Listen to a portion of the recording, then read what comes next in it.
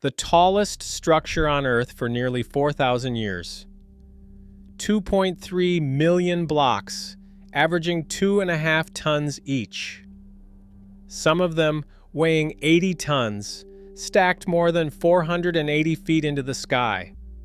Ask how it was built, and almost every textbook gives you one word: ramps. Long earthen ramps dragged up by armies of men. There is a problem with that word. The ramp you would need to build this pyramid is bigger than the pyramid itself, and it is not there. Run the numbers the way an engineer would. To drag 2.5-ton blocks all the way to the top, a single straight ramp has to stay gentle enough to climb. Make it that gentle, and it has to run at least a mile long, and it has to contain more material than the Great Pyramid holds. That much earth and rubble does not just evaporate when the job is done. It would still be sitting on the Giza Plateau today, a second mountain beside the first. Archaeologists have looked. It is not there. And remember the pace they were working at. To raise all of it inside Khufu's 20-year reign, a block had to go up roughly every few minutes, day and night, for 2 decades. Every single one of those blocks had to end up higher than the last. Whatever the method was, it had to be fast, and it had to be repeatable millions of times. So the ramp did not disappear. It changed shape. And for the last century, that is what the argument has really been about. Maybe the ramp zigzagged up a single face, maybe it spiraled around the outside as the pyramid climbed, but both of those run into the same wall. A ramp wrapped around the outside covers the very faces the builders needed to finish and check for straightness, and the rough casing blocks left at the base of a nearby pyramid would never have held that kind of weight leaning against them. Then a French architect named Jean-Pierre Houdin proposed something stranger. What if the main ramp was never on the outside at all? What if it ran inside the pyramid, coiling upward through the structure, with the ramp's own stone becoming the walls as the building rose? Nothing left to tear down, nothing left to find. It was elegant. It also had almost no evidence behind it. Until, in 2018, some turned up. At an ancient quarry called Hatnub, a French team uncovered a ramp system still cut into the rock. A steep central slope flanked on both sides by staircases lined with rows of holes for wooden posts. It was a machine for dragging heavy stone up a sharp incline using ropes and sledges anchored to those posts, and the inscriptions carved beside it date to the reign of Khufu, the very pharaoh who built the Great Pyramid. The slope they uncovered was far steeper than anyone had believed a loaded sled could ever climb. Here was proof the technique existed.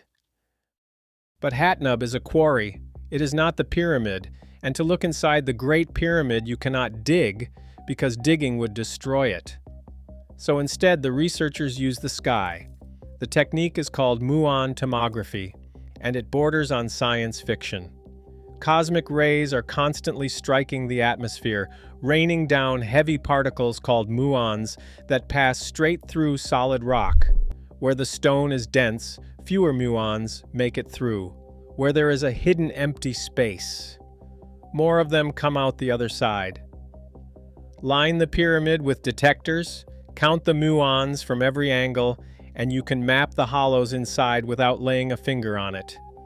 The detectors sat in place for months, some of them for years, tucked inside the Queen's chamber and planted on the sand outside, quietly counting particles falling from the sky. This is not even a new idea. Back in the 1960s, the physicist Luis Alvarez tried the very same thing on the neighboring pyramid of Khafra, hunting for hidden chambers with cosmic rays. The detectors of his day were not sensitive enough to find anything. The team that came next had half a century of better technology behind them. In 2017, that team, called Scan Pyramids, announced what their detectors found: a huge, unknown cavity with a cross-section about the size of the Grand Gallery and a length of at least 30 meters, hidden above the gallery itself. It was the first major inner structure discovered in the Great Pyramid since the 1800s. Then, in 2023, they confirmed a second one, a corridor about 9 meters long, tucked behind the chevron stones on the north face. For a long time, everyone had assumed the inside of this pyramid was fully known. In the 1880s, the great surveyor Flinders Petrie believed he had already measured everything worth measuring. The discovery of that void showed how wrong that confidence was. And here is where it circles back to the ramps. Recent modeling found that the north face corridor lines up almost exactly with the path of an internal ramp climbing at 7.5 degrees. The pyramid may be holding the fingerprint of how it was built, sealed inside its own stone for 45 centuries. If this is the kind of history you want, the real engineering, dug out and checked against the evidence, subscribe to Comeback Atlas. We do this every week, but even the internal ramp leaves the hardest problem standing. Ramps of any kind do not explain the granite. Directly above the king's chamber, the builders stacked more than 40 beams of solid granite, some weighing 80 tons apiece, in 5 hollow layers. It is a weight-relieving structure, built to keep the millions of tons of stone above from crushing the room below. Every one of those beams was carried nearly 900 kilometers from Aswan, then lifted more than 150 feet off the ground, and set with almost no margin for error. We know those chambers are up there because a British adventurer named Howard Vyse blasted his way into them with gunpowder in the 1800s.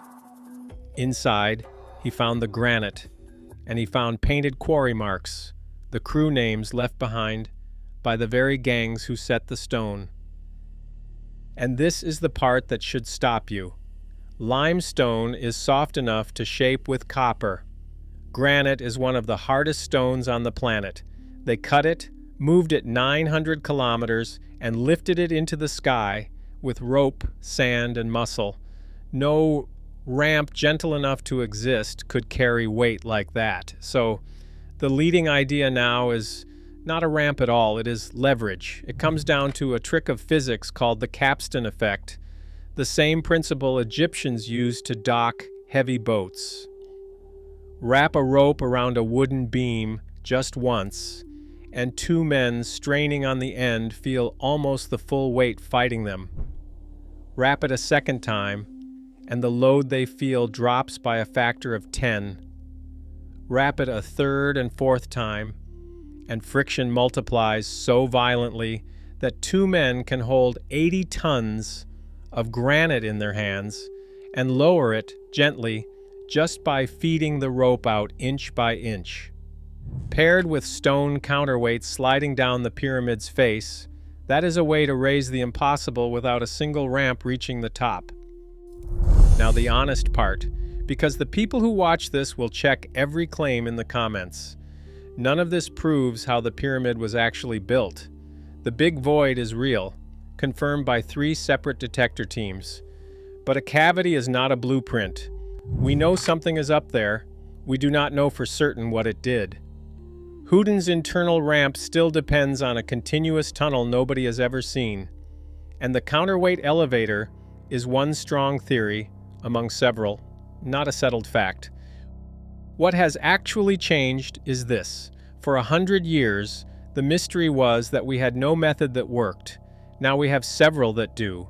A real ramp system at Hat Nub, voids inside the pyramid that line up with an internal climb, and the physics to lift 80 tons with a rope and a few wraps. We finally understand how it could have been done. We just do not yet have the receipt telling us which way it was. So forget the single giant ramp. It was never big enough, and it was never there. The truth is stranger and smarter. Hidden slopes, cosmic particles reading the stone, and 2 men holding a mountain with a length of rope. If you want more of the real story, subscribe to Comeback Atlas. and we will keep bringing the buried history back to life.